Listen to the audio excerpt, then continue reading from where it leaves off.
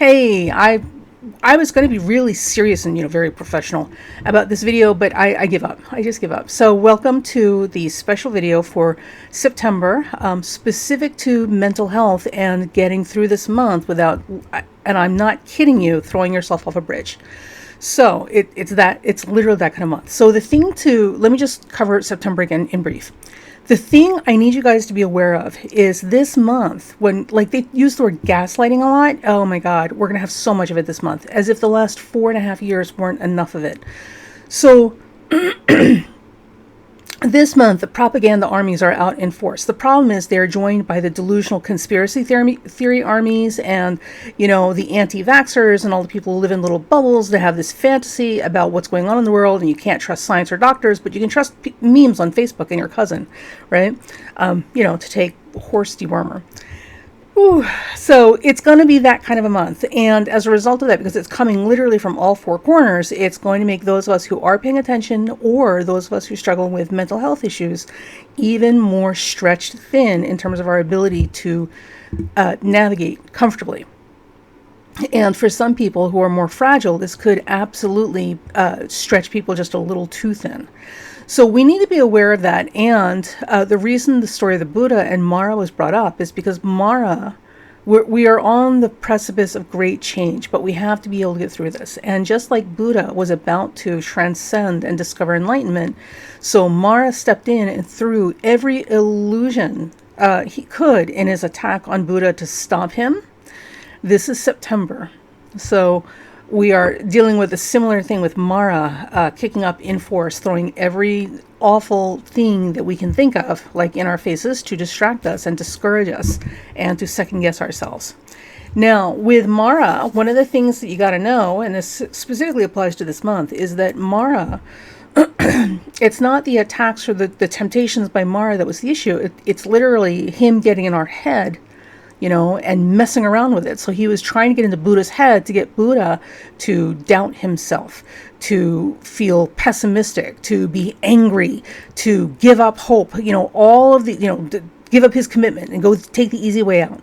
All of these things are specific to the outcome desired by Mara when he assaults the Buddha. So this month, it's the same thing. We have an assault on our psyche and our minds and our mental health, because the idea is to try and make those of us who are paying attention and those of us who are trying to do the right thing and those of us who see that we are on the verge of great positive change, to doubt ourselves, to second guess ourselves, to give up hope, right? So that the people who are in positions of power can maintain the status quo and keep life business as usual for them, using all of us as, gun fodder. That's kind of where we're at. It's not going to be an easy month. It's going to be very tricky and slippery. If you're not paying attention and you're just kind of going along with the program because you read it on Facebook, ivermectin, hydrochloroquine, bleach, then none of this is going to apply to you, because none of this is going to bother you. Like you're too far gone. Nobody can help you because you've made up your mind. And we get that. Like, believe what you want. For the rest of you who are struggling, you got to know this is what we're dealing with. Now, a sidebar, and then this is a very quick video, and then I'm going to finish this. So as of yesterday or the day before, welcome to America, folks. And for those of you who aren't in the United States, this is what's going on. The extreme Christian zealots who have been fighting to control women's bodies and make us all barefoot and pregnant to populate the church have been at it for decades. It's literally a war on women and reproduction and consenting adults, because church only thrives in environments where there is suffering. And if people have the ability to have pleasure in their life and feel good about themselves and plan their families and be able to successfully pull themselves out of poverty because they're able to control these things at least a little bit, there's less suffering, so the church suffers. And let me tell you something, if you look at the televangelists, at least out of this country, they're definitely thriving on people's anxiety and fear and suffering. Private jets. What preacher do you know needs multiple private jets, among other things? Yeah. So one of the things that has happened is that the Christian evangelicals, since the 80s, back in the 80s, there was a group called the Moral Majority, which was neither, by the way. was trying to ban pornography, right? Literally trying to eliminate all of it. There's a very good movie, was it Flint versus the United States, the U.S. versus Flint. Anyway, it's about the Hustler publication and the owner, Larry Flint, going to court to fight obscenity laws because they were trying to eliminate all access to porn. And listen, nobody cares what you do in the privacy of your bedroom as long as it involves consenting adults, right? Or videos that involve consenting adults. We don't care. But the fact of the matter is nobody has any business in your bedroom if it involves consenting adults. Right? Your neighbors do not have the right to police your private life, and neither does the government. But this is what they were trying to do because, in their mind, the United States is supposed to be a Christian nation run by Christians. There is no division of church and state. It's literally church and state combined, the thing we left England because of, right? And specifically their church. So this was what all this was about, because you can't control the minds of men unless you make them really, really unhappy and offer them the only access to women that they're going to get, which is basically through the church. It's a lot of stuff. So, back in the 80s, there was a huge war on pornography, which they lost badly. As a matter of fact, this was so farcical that they actually, are you ready for this? They actually put together, it was called the Mies Commission, like mouse, except it's Mies, M-E-E-S-E, look it up. They actually put together a commission, the Mies Commission, to study pornography. So literally these men were paid by your tax dollars to sit and watch hours and hours and hours of pornography for days as part of their research, to determine if pornography was bad. I literally, you can't make this up. So they fought and fought and fought. They lost. And one of the things that has happened is that from this, they have learned that their tactics were wrong. You cannot go up against public opinion and the courts and the government, right? You can't attack the government and win. What you have to do is pie your senators. So what they did is regrouped, and now all those deep pocket evangelical preachers, and other associated people who believe in the wealth gospel, right, and all this sort of stuff, who benefit from maintaining the status quo, the same status quo that's buying them private jets and mansions, Mr. Joel Osteen.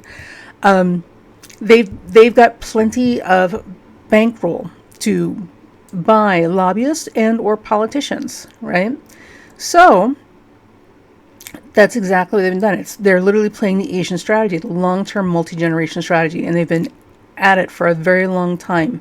So, and this goes as far back as Bush. This literally goes back as far back as Bush with Supreme Court appointments. We'll talk about that in a second. So, and that's W. Bush Jr. Yeah, that one. So fast forward to today, and what we have right now is the Supreme Court, and this is where this is all coming in.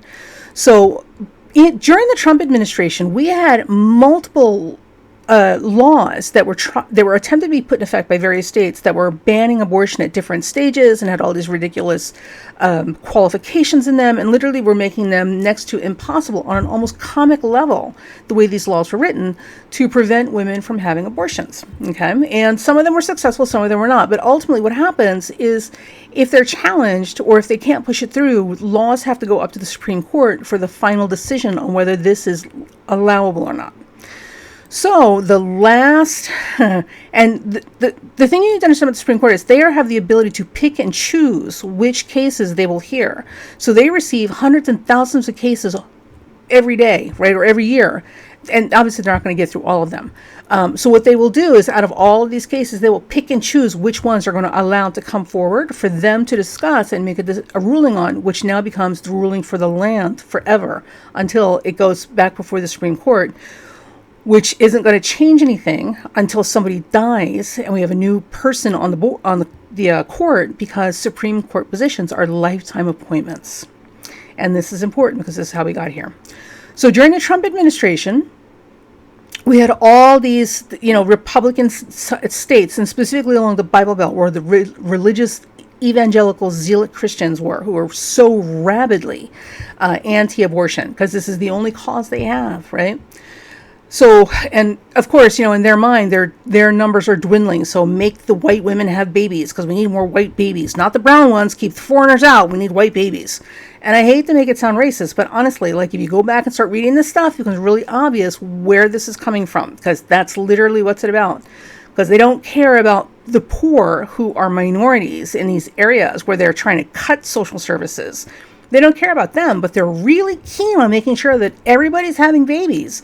And I can guarantee you which ones are going to get support and protection, because they're probably not living in the poorest areas, right? Anyway. So a lot of stuff went in, and a lot of it got challenged, pushed up to the Supreme Court. Supreme Court didn't deal with any of it, just because they don't have to. They can pick and choose their cases. And during this time, Trump, who was beholden to the evangelicals because they are the reason he got elected, the majority of voters that supported Trump and got his fat, flabby, cowardly, money-grubbing behind in the office, were the evangelicals. Okay, and I say this, and I know it's true, because there's a thing that's completely mystifying. That's like, why did he get such a significant percentage of the Spanish vote? Like, why would Hispanics vote for this man when he's so clearly racist and anti-immigrant? Well, it's because a lot of poor Hispanics are very invested in their church. And if you go to church, you trust your preacher, you trust your priest, you trust these people as your religious leaders to be honest with you, and give good sound advice. So a lot of the Hispanic churches are also very deeply anti-abortion Christians. So on that platform, the evangelical forces got together and bought into this thing that there was a single issue vote. This is what it is, and this is why we're voting for him, not those other people. And that's how he got the Hispanic vote. And that's also how he got all these evangelicals to back him enough to push him in the office. And there's evidence of this because towards the end of his administration, there was a lot of feedback, pushback from the evangelicals that he wasn't moving fast enough on the anti-abortion issues that he promised them. They've literally said on camera, the only reason I'm voting for him, in spite of all of the things that make him not a Christian or even a decent human being, literally they said this on camera, is because he's anti-abortion. He's promised us he would get abortion taken away. So literally these evangelicals would have voted for the devil if the devil promised them that he would take away abortion rights. So Trump, during his administration, and with all the Republican senators who've got all these gun-toting wackadoodles, right, that are ready to shoot people, including them if they don't do what they want, appointed two deeply conservative and ill-qualified judges for seats in the Supreme Court. Now, one of them is Brett Kavanaugh, and I'm sure you remember, I like beer, I like to show my wang at women and push myself on them and, practically rape girls in bedrooms in college, but I like beer and I shouldn't be held responsible for my mistakes.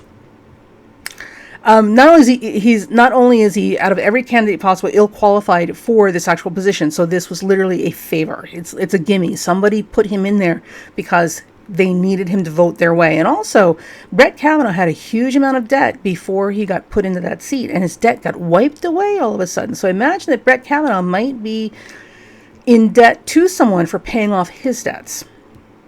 Just saying, numbers don't lie. So there's that.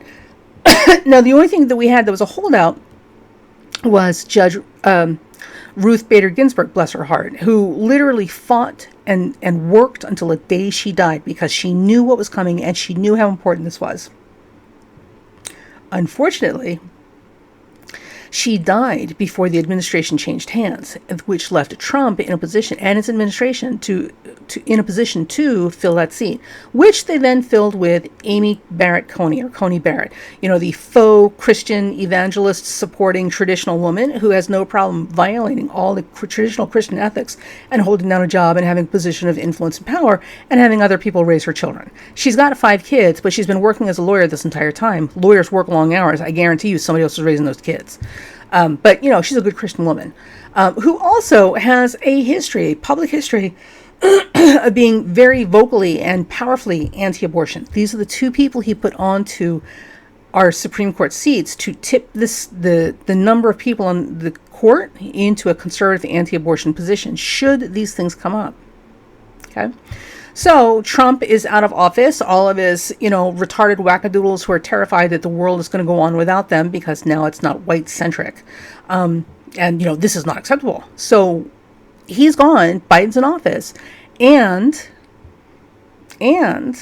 Now, this business with Texas and their draconian abusive law, oh, which, by the way, also, in case you're not aware, also allows civilians to collect a bounty, literally get a financial reward, I think like $10,000, a financial reward if they report someone for having an abortion or assisting someone in getting an abortion, and it is proven in court. Literally, they've turned every community member and neighbor and family and friend in Texas into a bounty hunter if a woman needs to have an abortion and pursues it. And it doesn't just stop at the woman. This literally means that they can sue, they can report and sue doctors, receptionists in the clinics, Uber drivers, counselors, your pastor if he has a conversation with a woman about having an abortion, friends, family who give her rides, family who put her up, at their place because she's got to drive a long distance to actually get access to services. Any of those people along this chain of events that lead to an abortion on the woman's part, they can now be reported to the state of Texas, and they will be taken into court and sued because this is now a criminal offense, and the person reporting them will get a $10,000 reward. I'm pretty sure it's $10,000, but they will get a financial bounty for this. So they turned all of Texas into bounty hunters. Yeah, this is the law that Texas has put together because this is just, you couldn't make this stuff up. And now suddenly it's up before the Supreme Court. It goes up before the Supreme Court right about the time that Biden is pulling out of Afghanistan. We've got all this firestorm and controversy because it's messy. We knew it was going to be messy no matter what. And at the end of the day, it's not how messy it was getting us out of there, because that was unavoidable. It's who got us in that mess in the first place that's the real issue. But while all of that bonfire is happening over here, now suddenly this little thing gets quietly slipped up to the Supreme Court for review, and then the Supreme Court accepts it. So here's the thing. The Supreme Court had the ability to shoot this down and say, this is illegal, this is unlawful, you cannot do this, you cannot turn your entire community into bounty hunters, you cannot randomly and gratuitously sue everyone and anyone along the process, including Uber drivers, for what a woman chooses to do. And frankly, we're going to uphold Roe versus Wade. You can't do this. Because remember, that law also includes no exception for incest or rape. So listen, if you live in Texas, I'd be really worried about your uncle, brother, daddy, because it's literally going to be now officially someone's uncle, brother, daddy. They had the ability to shoot this down and stop it, and as of midnight the other night, that was the end of the deadline for them to do that, and they did nothing. They did nothing. They tacitly made approval of this law by doing absolutely nothing to stop it from being legal.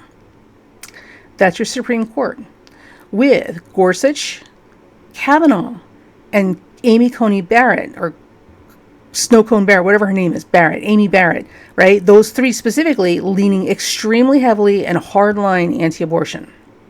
Now, the reason we're having this long conversation is, one, this is really good history to know, and I encourage you to go do your research about A, the moral majority, B, the Meese Commission, C, the conservative judges that have been placed on the bench in the Supreme Court, and how the Supreme Court works. These are lifetime appointments. We are stuck with this clown posse, these three agents of the freaking Satan, like literally until they die, okay? Because they're not going to step down.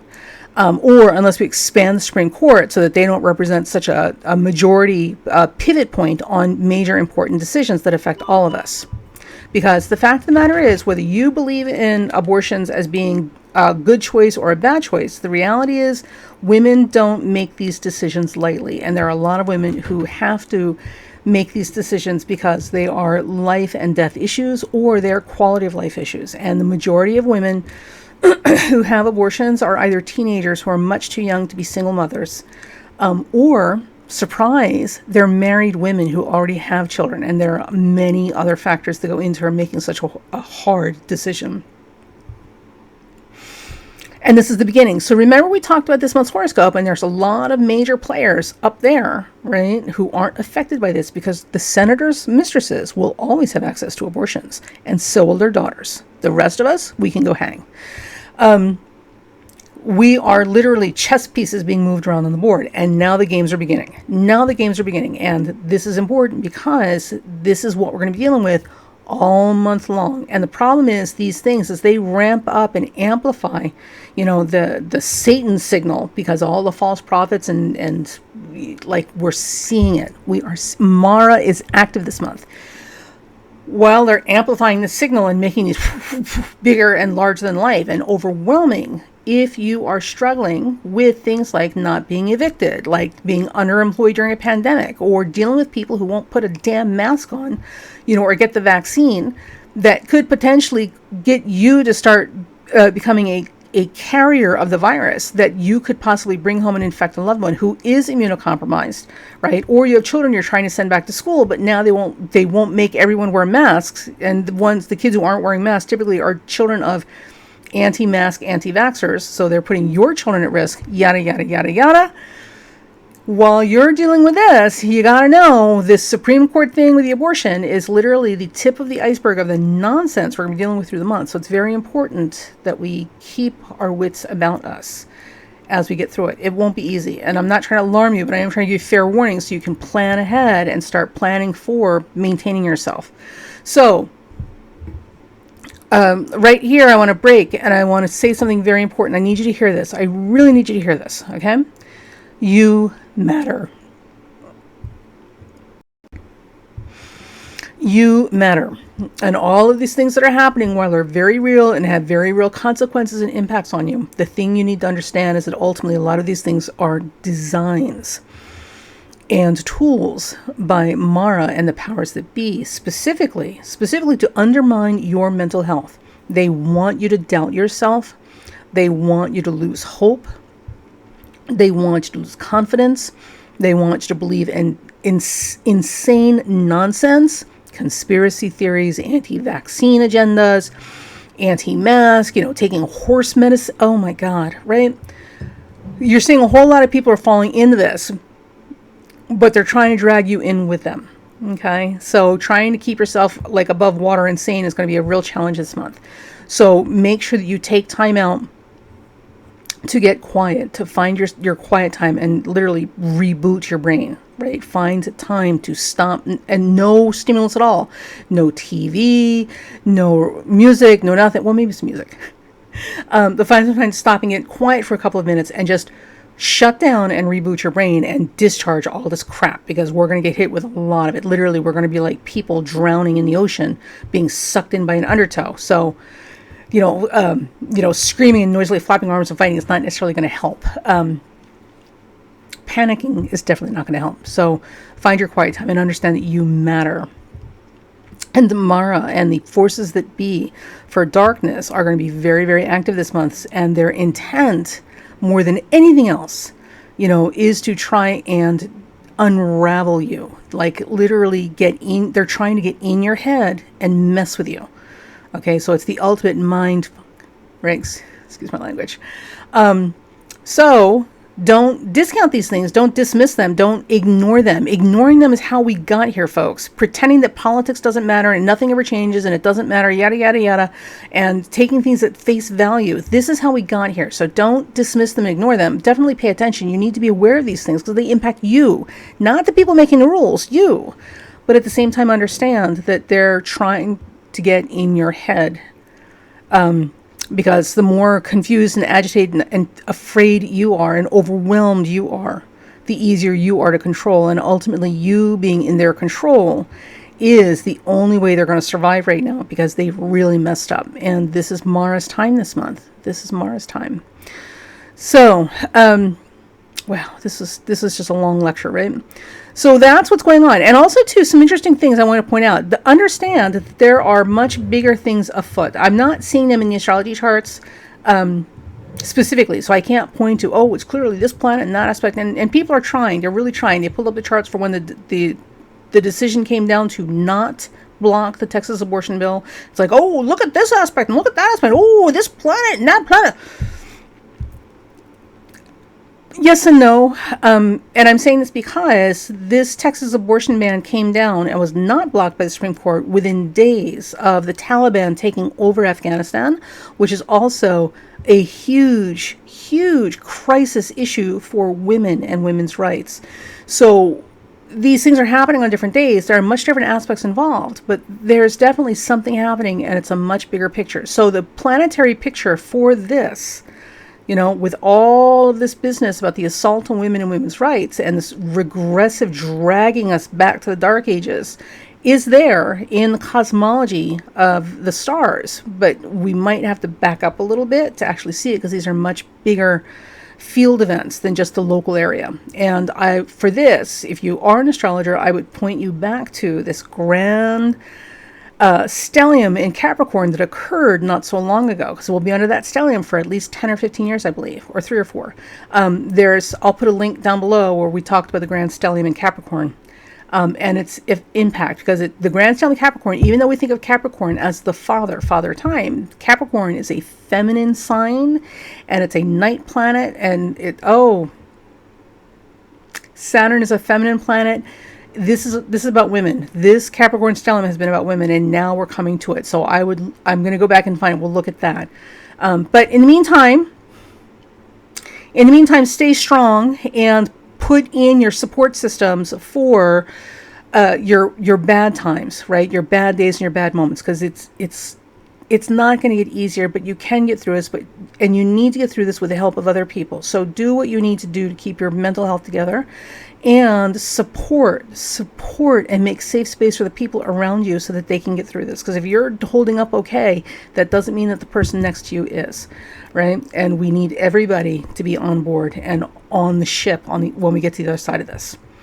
So that's it. My condolences, my heartbreaking condolences to the females left behind in Afghanistan, and the women in Texas, and the women along many of the other states that have attempted to push through abortion bans unsuccessfully prior to now, during the Trump administration, that are now going to go full throttle and probably adopt the Texas model. We are heading into some challenging times, and the devil, or Mara, is definitely at play. So there is that. Okay, talk to you later.